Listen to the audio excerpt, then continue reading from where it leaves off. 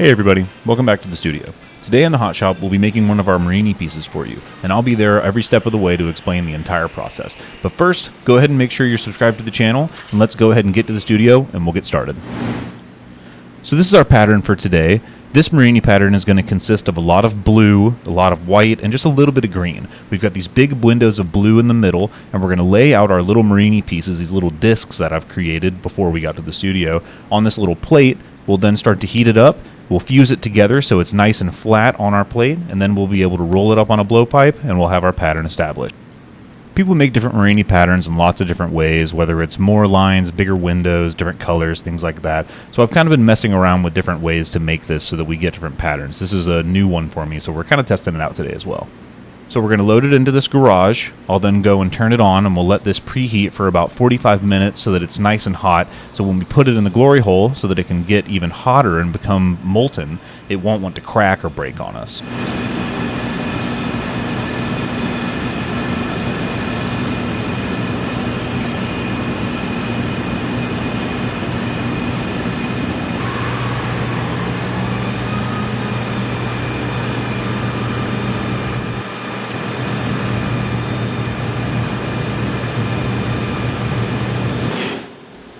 So this is my brother Luke. He's going to pick up this plate that we put in there, let it get preheated, and he's going to move it over to our reheating furnace that I just lit a little while ago in the video. And then we're going to start to heat it up so that it becomes nice and molten. We'll start to squish it together so that it starts to eliminate the gaps in between, and we have a nice flat plate of our pattern.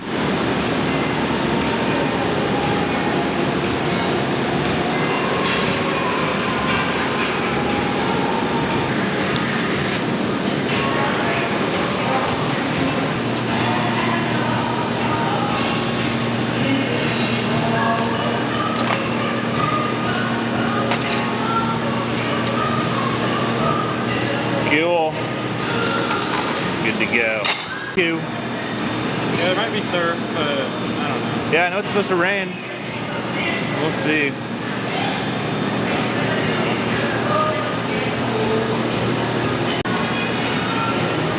Yeah.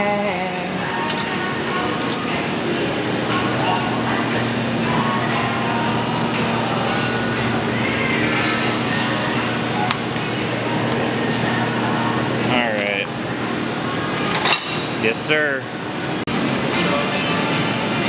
Yeah, some of the waves are okay, but it's kind of windy on it. You gonna go out to bed? I like one.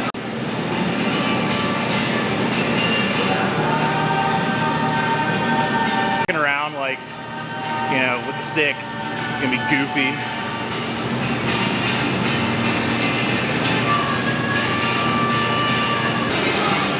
Boom!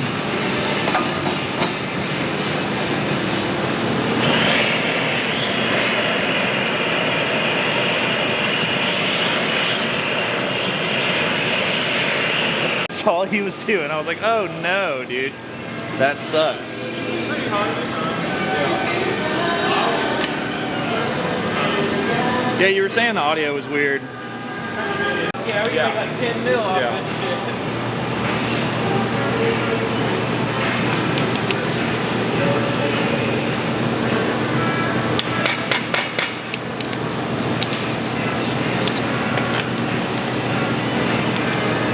Okay, so I won't really, we need to get it off the plate because it's just going to keep sticking. Yeah, it's here. Okay. There we go. Okay, we'll do one more squeeze and I'll make my collar. And then just little heats after that. Not really expensive, but $60 per person. Yeah, we got a discount. So here in a moment, I'm going to make what's known as a collar, like I kind of mentioned a second ago. I've got a pie divider right here that takes a measurement of the length of my pattern, and that'll tell me how round I need for my collar to be so that we can roll this up into a perfect cylinder on the tip of my blowpipe. So I'm going to get a little bit of glass out of the furnace right here. I'll blow a hole straight through it so that there's a straight shot through it. There's a hole on the end. I want a hole in the glass. And then I'll use that little ring on the end of the pipe to roll up the pattern so I have it on the tip of our pipe.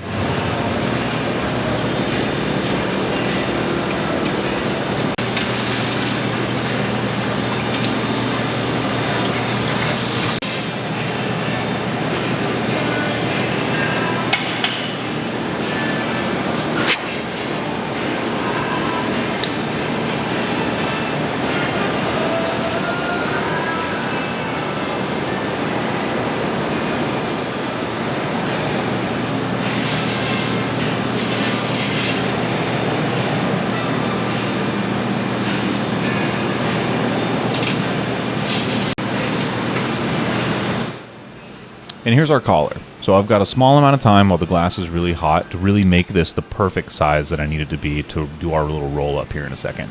So I'm going to compress it with our newspaper tool. I'll roll it on the marver for just a second, make sure it's the right size. And if I did my job right, we can go ahead and roll it up. This will be great. Yeah.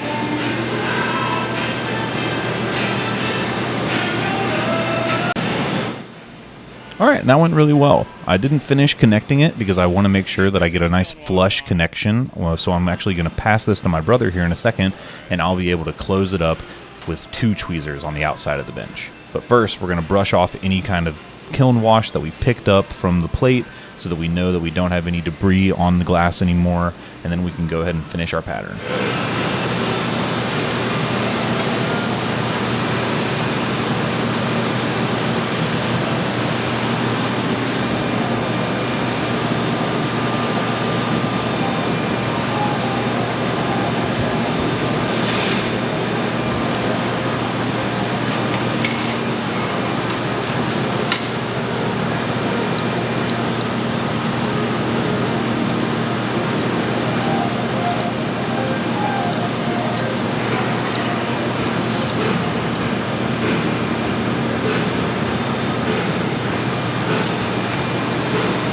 Luke, you mind taking this? No rush. Yep.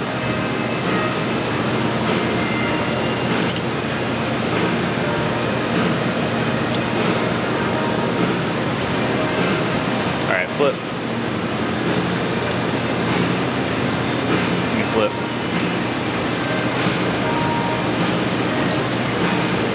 Okay, you can take it to the heat. I'll take it from you. It's just me being lazy. I should have.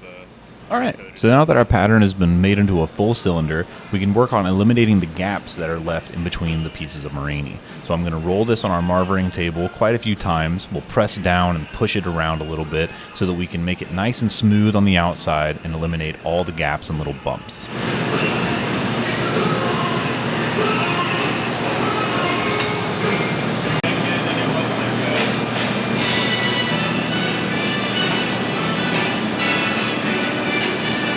Yes, sir.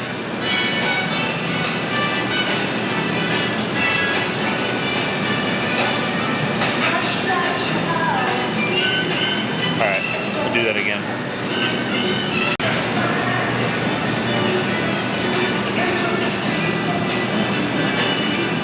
Yep. And back. And back. Back. Okay.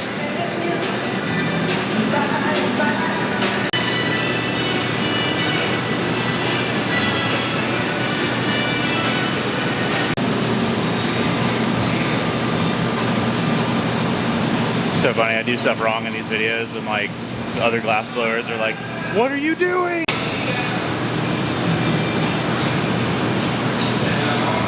That you just walk on me. So now we've gotten rid of most of the bumps and the holes in between the pattern, and what we're going to do is called a termination. So we're getting rid of a little bit of glass that's on the tip of our pattern so that we can encapsulate it and close it off so we have a bubble on the inside.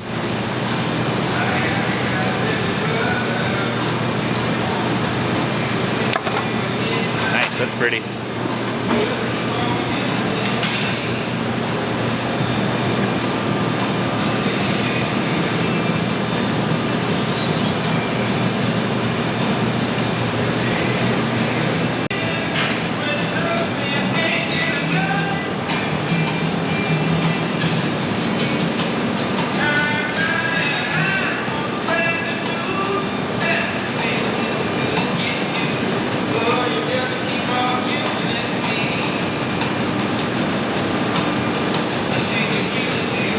Sweet. I'll just take a little bit of air. In just a moment. All right, you can blow.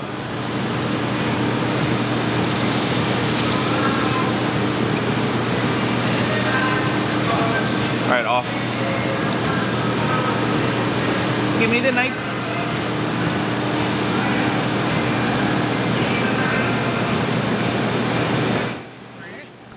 So the next step is for us to get a gather of clear glass on top of this.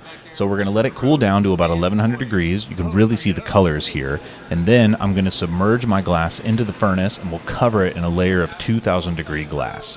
Once we get that last gather of glass, we'll have all the materials we need to make the piece and the actual glass blowing can start. And just a little bit of information for anyone who doesn't know about this furnace or hasn't seen our channel before. This furnace houses all of our clear glass. It's 2100 degrees on the inside and it holds about 700 pounds of molten glass when it's full. We leave it on 24/7, 365. We never ever turn it off unless it breaks so that anyone can come into the glass studio and blow glass at any time, day or night.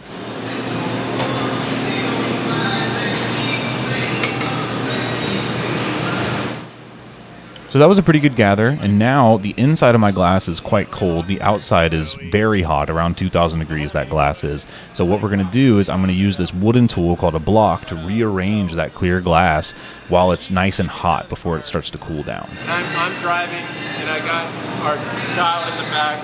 The whole time he's like, dog, dog. He's like hollering. He's for trying to him. help. Yeah. That's so sweet. And so I'm like on this road and I hear all these other dogs like barking. Sure. And I'm looking around and I can see all the dogs like at the gate and stuff like that. And they're all riled up and I was like, okay, like here's a sign, like Right, something. something. I'm freaking dog to do that. And I was like, That's really funny. So now we're going to start to inflate the piece. I've got my newspaper tool right here, which is about 12 sheets of newspaper that's folded up and soaked in water. And here in just a moment, I'll call for air, tell my brother to start blowing through the pipe, and we'll start to inflate the piece. The wet newspaper slows down the expansion of the glass. You know, the bubble's always going to take the path of least resistance. So any area that I cool down is going to start to slow the expansion, and any area that I don't touch is going to start to kind of let it inflate more because it's still nice and hot. The same thing kind of goes for this Murrine table right here, where I can roll it at this angle and the metal table cools down the glass on that flat plane that I'm creating, so the back area is going to start to puff up whenever I call for air in the future.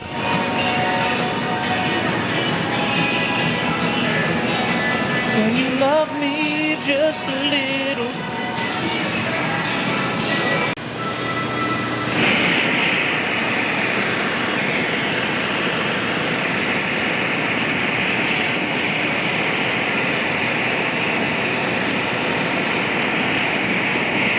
Yeah, dogs get hit by cars.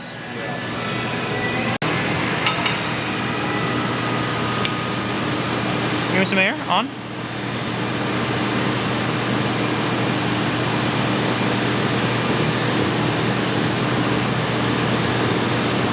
Blow a little harder. Off.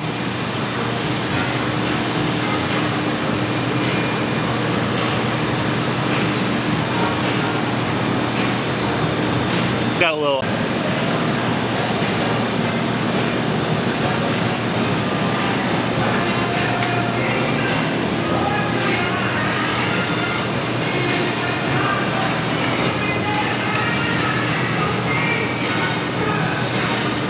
Some light air.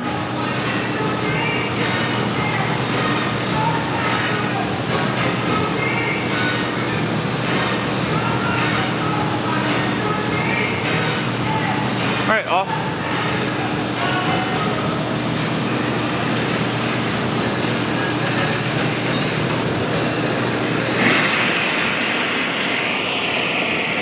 In just a minute.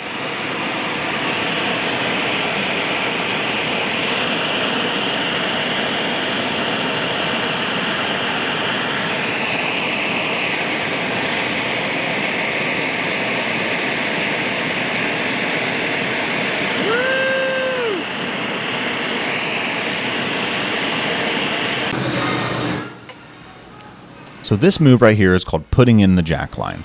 The tool in my hand is called the jacks, and we're establishing a small incision right off the tip of the pipe that's basically going to be a spot where we'll end up breaking it off of the pipe a little bit farther down in the process. A little bit later, we're going to have to transfer this to a second pipe, then it'll flip the piece over, and that's going to be, this line right here is going to be the line that we break it off of this pipe on whenever we transfer it to the next one.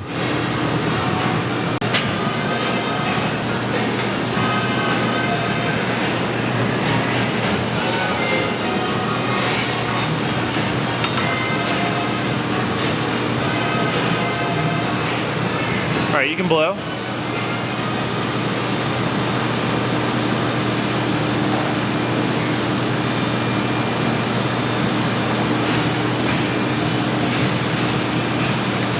right, off. Hey, what's good? Good. We're cranking away.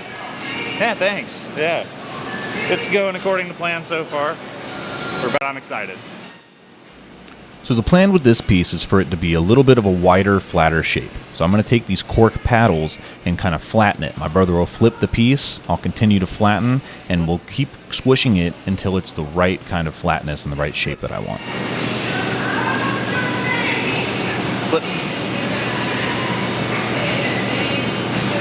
Flip.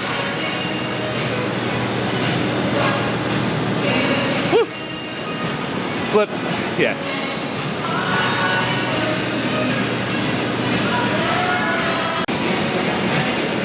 Woo!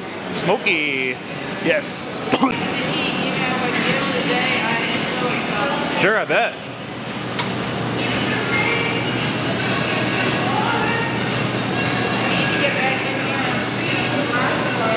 Yeah, I was happy when I saw you on the schedule.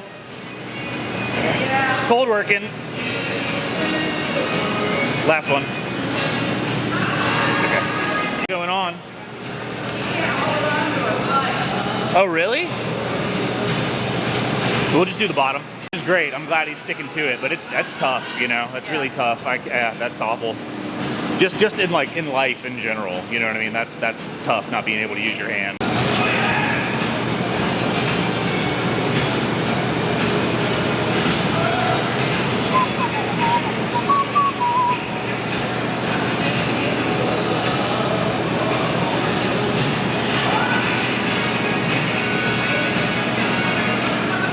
Okay, I think this looks pretty good.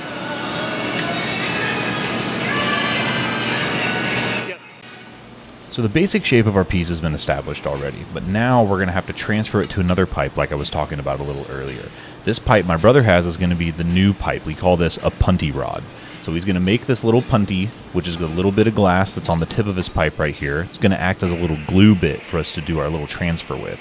So he's in a second going to roll this on our marbling table, and he's going to shape it up to be a nice little kind of Q-tip shape, and we'll be able to attach it to the bottom of our piece, break it off of the pipe we've been using so far, and then we'll have it flipped over on the new pipe with a hole exposed where the bubble was first put into the piece. This will allow us to put our tools inside of that bubble, and we can then manipulate it and turn it into our final piece. Push in. Okay. Get down on it. Get down on it. Get it down. You ready? That blue really came out, yeah. It's pretty. It kind of got out of the, you know, it was uncontained down there. You can see. All right. Ready?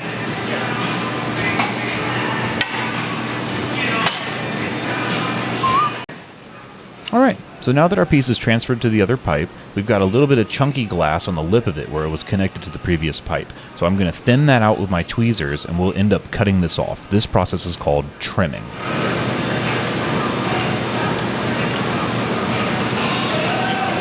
Yeah, one more. Yeah.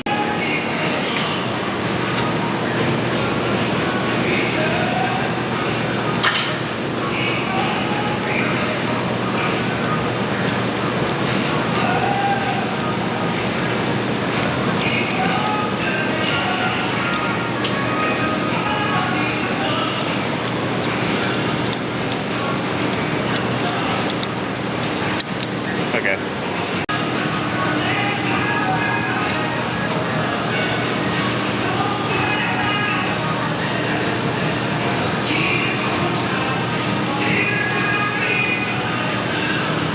Turn back. Turn back.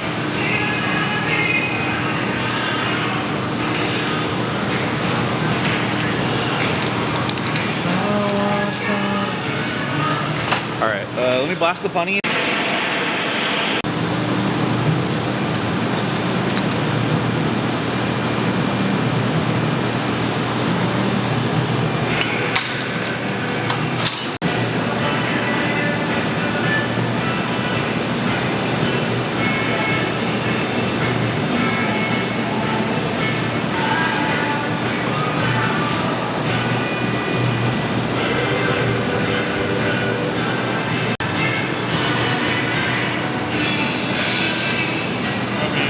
Yeah, a little paddle.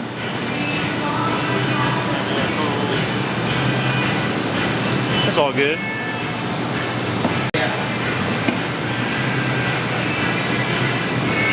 She's on a tear though about everything being really like high visibility.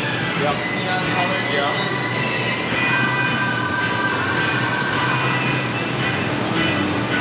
All right. So you want paddle? Yeah, real quick.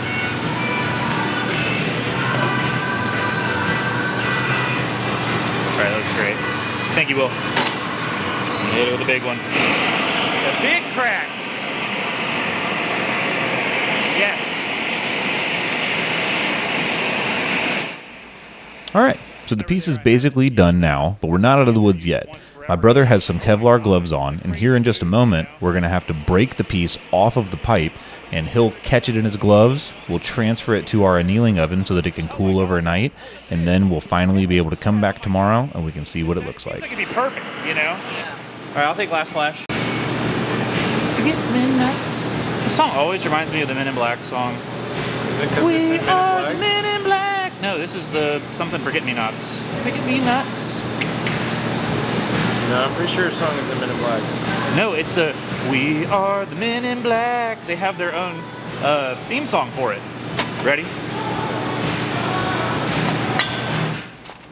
All right, so now the piece is disconnected. I can use my small little map gas torch to get rid of any sort of sharp spots from the disconnection point. And then, like I said before, we'll load it into our annealer so it doesn't break or anything. And in the morning, we can come back and take a look at it.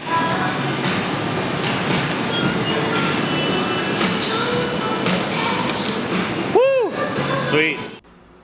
All right, and here's the finished piece. I'm really happy with how this turned out. You know, I love the blues, I love the whites, the little striations and stuff. You know, the flat pieces are always really cool to make too. You know, when you're making these Murrine patterns, you never really know how they're going to turn out, so it's always kind of a test. And this new one, I think it came out really well. I really enjoy how it looks. And guys, as usual, this piece is available for purchase as of now, so you can check the description box below and find it on my website or my Etsy page. And as usual, thanks for watching. I love y'all. Be safe out there, and we'll catch you in the next video. Bye.